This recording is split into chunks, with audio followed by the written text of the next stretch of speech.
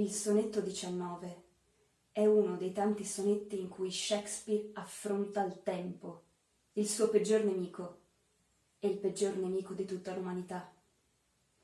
Per 7 versi Shakespeare fa delle concezioni al tempo, gli dà il via libera, gli dice: va bene, distruggi pure tutto quello che hai creato, fa passare le stagioni, non è un problema. Ma poi, a metà sonetto, Shakespeare si ribella e pone un limite al tempo.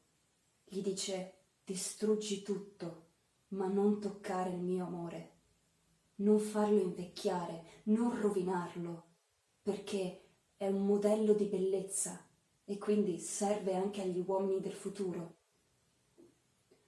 Ma Shakespeare sa che non può fermare il tempo e si arrende, ma lancia un'ultima sfida al tempo. Gli dice: fai invecchiare il mio amore, fallo pure morire, è giusto, ma sappi che io continuerò a scrivere poesie per lui e su di lui, e quindi la sua memoria ti supererà. Ed effettivamente, se dopo tutti questi anni noi leggiamo ancora Shakespeare, forse una mezza vittoria contro il tempo ce l'ha avuta.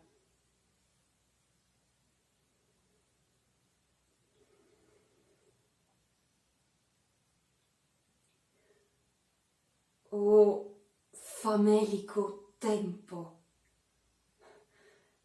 La zampa del leone corrodi e fa che la terra divori la propria genitura. I denti aguzzi strappa dalle mascelle delle tigri e ardi la fenice longeva e consuma nel sangue. Fa, mentre ti dilegui, le stagioni tristi, o giulive, e tutto quel che vuoi. Fa, tempo dal piede leggero, al vasto universo e alle cose sue dolci che appassiscono. Ma un crimine molto più nero ti vieto.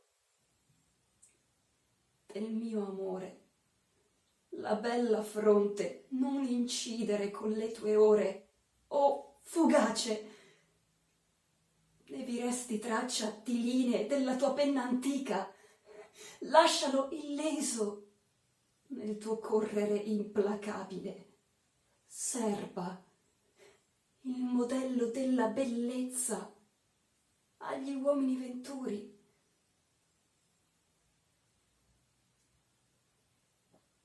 Fa pure il peggio, vecchio tempo, del tuo danno a dispetto, giovane per sempre, vivrà nei miei versi il mio amore